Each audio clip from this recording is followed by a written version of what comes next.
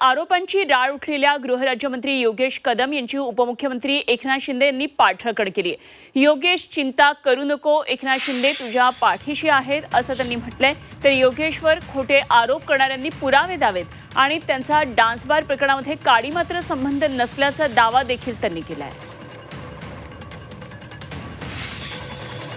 योगेशवर खोटे नाटे आरोप। योगेश हा काम करणारा कार्यकर्ता आहे, या ठिकाणी खेडचा विकास करणारा कार्यकर्ता आहे। एक आदर्श आमदार म्हणून तुम्हाला योगेश आपल्याला आमदार म्हणून मिळालेला आहे, त्याच्याकडून शिकलं पाहिजे। त्याच्यावर टीका करून तुम्ही त्याचं काम बंद करू शकत नाही।